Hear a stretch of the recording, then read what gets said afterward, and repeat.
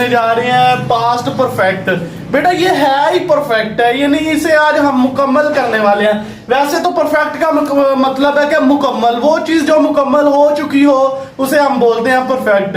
कि भाई ये चीज तो परफेक्ट है, इसका ये मतलब है कि ये चीज कंप्लीट है, मुकम्मल है, टोटली कंप्लीट है, यानी हर तरह से ये चीज मुकम्मल है। सो उसे हम बोलते हैं परफेक्ट। और इंशाल्लाह आज हम ये भी परफेक्ट करने वाले हैं, यानी कि इसे भी पूरा कंप्लीट करने वाले हैं, खत्म करने वाले हैं। आज के बाद पास्ट परफेक्ट का भी किस्सा खत्म होने जा रहा है। बेटा देखते हैं हम पास्ट परफेक्ट की। सबसे पहले तो बेटा आपको पता होना चाहिए कि जो पास्ट है वो गुजरा हुआ जमाना है, और जो परफेक्ट है उसका मतलब है मुकम्मल हो चुका हो, यानी कि वो चीज जो कंप्लीट हो उसे हम बोलते हैं परफेक्ट, जिसमें किसी तरह की कोई कमी बेशी ना हो। जैसे आज हमारे इस लेक्चर में कोई कमी बेशी नहीं होने वाली। सो मतलब कि ये हमारा लेक्चर बिल्कुल कंप्लीट होने जा रहा है, इसे हम बोलेंगे ये परफेक्ट है। बेटा देखते हैं इसके स्ट्रक्चर की तरफ। बेटा जिस तरह सिंपल हमने पहले बनाए थे वैसे ही ये है, जस्ट हम फॉर्मेलिटी के लिए यानी कि ये सारा कुछ कर रहे हैं। जैसे हमने पहले टेंसेस को पढ़ा वैसे ही ये टेंस है। सो इसमें भी घबराने वाली कोई बात नहीं है, मुश्किल चीज कोई नहीं है। जस्ट आपने ये जो माइनर सी चेंजिंग है ये अपने दिमाग में बिठा लेनी है ताकि आपको किसी तरह की कोई कंफ्यूजन ना हो। बेटा देखे स्ट्रक्चर सबसे पहले तो आपको पता होना चाहिए पास्ट परफेक्ट के हेल्पिंग वर्ब क्या है। बेटा इसका एक ही हेल्पिंग वर्ब है हैड। क्या बेटा इसका एक ही हेल्पिंग वर्ब है, इधर देखिए हैड, जो वाहद के साथ भी आएगा, थर्ड पर्सन के साथ भी आएगा, यानी कि जमा के साथ भी आएगा।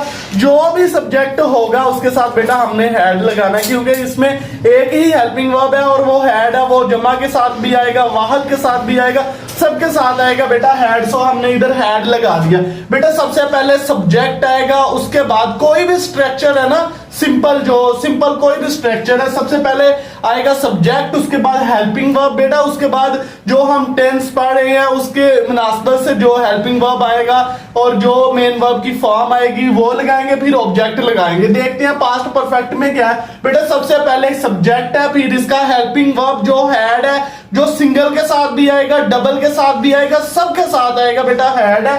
उसके बाद बेटा मैंने आपको बताया था जिस तरह कॉन्टिन्यूअस के दिल की धड़कन आईएनजी है ना, मेन वर्ब की पहली फॉर्म के साथ आईएनजी, और उसी तरह परफेक्ट के दिल की धड़कन है थर्ड फॉर्म। मेन वर्ब की जो थर्ड फॉर्म है वो परफेक्ट के दिल की धड़कन है, चाहे वो पास्ट का है, चाहे वो प्रेजेंट का है, चाहे फिर वो फ्यूचर का है। बेटा सबके साथ हमने लगाना है थर्ड फॉर्म।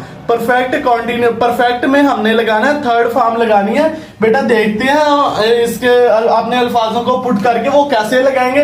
बेटा देखिए वो स्कूल जा चुका था, हमें इस बात से तो आइडिया हो रहा है कि भाई ये जा चुका था तो ये पास्ट परफेक्ट का। सो हमें पता चल गया कि यार ये पास्ट परफेक्ट है। फिर हमारे माइंड में फौरन हमने पिक किया उसके स्ट्रक्चर को, उसका स्ट्रक्चर रखा हमने अपने सामने और वहां पे हमने अपने अल्फाज को कर दिया पुट, और हमारा ये टेंस हो गया कंप्लीट।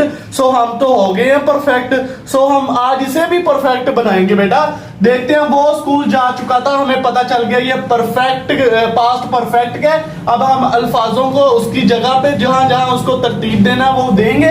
देखिए बेटा सबसे पहले सब्जेक्ट आएगा, हम इधर सब्जेक्ट है वो, हम देखते हैं इसकी इंग्लिश क्या है। वो की इंग्लिश है बेटा ही, हमने ही लिख दिया, चाहे सिंगल है, थर्ड पर्सन है, फर्स्ट पर्सन है या सेकंड पर्सन है। बेटा सबके साथ हमने हैड इस्तेमाल करना है क्योंकि इसमें एक ही हेल्पिंग वर्ब है। सो हमने इधर इस्तेमाल कर दिया हैड। बेटा देखें जो इसके दिल की धड़कन है ना, परफेक्ट के दिल की धड़कन, चाहे वो पास्ट है, चाहे वो प्रेजेंट है, चाहे वो फ्यूचर है, बेटा थर्ड फॉर्म इसमें इस्तेमाल होनी है। हमने गो की थर्ड फॉर्म लगा दी गॉन। सो हमने लगा दिया गॉन, ये फॉर्म लगा दी थर्ड फॉर्म।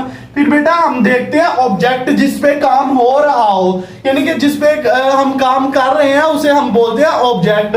सो स्कूल जाने पे काम हो रहा है, इधर ऑब्जेक्ट है स्कूल, यहाँ पे हमने स्कूल लिख दिया। अब देखते हैं बेटा इसका ये तो हो गया सिंपल। अब देखते हैं नेगेटिव कौन सी बला है। बेटा जिस तरह पहले नेगेटिव थे ना, नेगेटिव का और इंटेरोगेटिव का सेम तरीका है, सेम स्ट्रक्चर है। जस्ट आपने जो हेल्पिंग वर्ब की चेंजिंग है जस्ट वो चेंजिंग करनी है, बाकी सारा स्ट्रक्चर वैसे का वैसा ही है। जैसे उनका मेथड था वैसे ही इसका मेथड है इंटरोगेटिव बनाने का और नेगेटिव बनाने का। बेटा जब नेगेटिव का मतलब है ना, नेगेटिव का मतलब ना है, जब भी हेल्पिंग वर्ब के बाद नॉट आ जाए समझ लेना भाई ये नेगेटिव।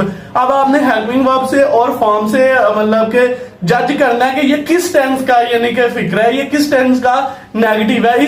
इसी तरह बेटा इंटेरोगेटिव है, इंटेरोगेटिव की भी पहचान आपने हेल्पिंग वर्ब और उसकी फॉर्म से करना है कि भाई ये किस टेंस का इंटेरोगेटिव है। अब देखते हैं बेटा इसका इंटेरोगेटिव। सब्जेक्ट के बाद आपने हेल्पिंग वर्ब रखना है, हेल्पिंग वर्ब के फौरन बाद आपने नॉट लगा देना है, उसके बाद आपने मेन वर्ब की थर्ड फॉर्म लगानी है जो परफेक्ट के दिल की धड़कन है, उसके बाद बेटा ऑब्जेक्ट लगाना है। सो हमारा टेंस हो गया यहाँ पे कंप्लीट, यानी कि हमारा ये सेंटेंस भी कंप्लीट हो गया।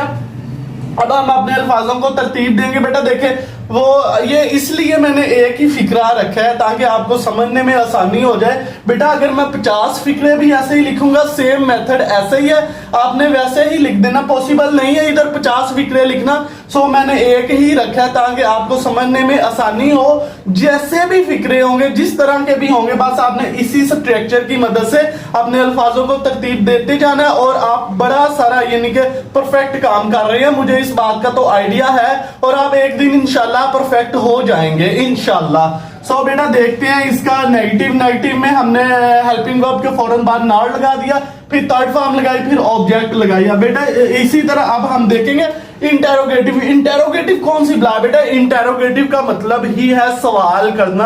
आपने अपनी जिंदगी में सुना होगा कि भाई उसकी इंटेरोगेटिव हो रही थी, यानी कि पुलिस उसे इंटेरोगेटिव के लिए लेके चली गई है। सो बेटा इसका यही मतलब है कि पुलिस उसे अपने सवालात के लिए लेके गई है, उसे पूछताछ के लिए लेके गई है। सो आपने इसी बात को अपने माइंड में बिठा लेना है और आपको याद होना चाहिए कि इंटेरोगेटिव का मतलब है कि सवाल करना, यानी कि तफ्तीश करना, उससे पूछना, कोई भी चीज के बारे में पूछना, यानी कि सवालों जवाब करना, ये है इंटेरोगेटिव।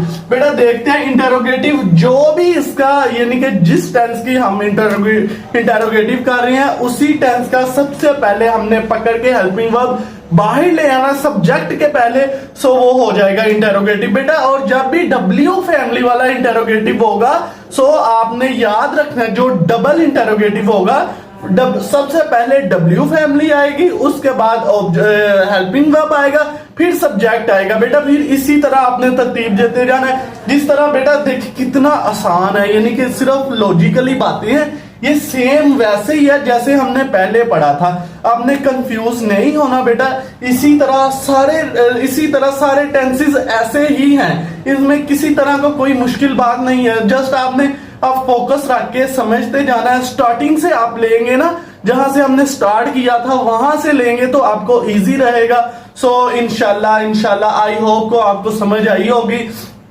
तो जो मेरे चैनल पे नए हैं वो उनका काम है मेरे चैनल को सब्सक्राइब करें, अगर तो समझ अच्छे से आ रही है फिर अपने मित्रों के साथ शेयर भी करें, और अगर मुझसे कोई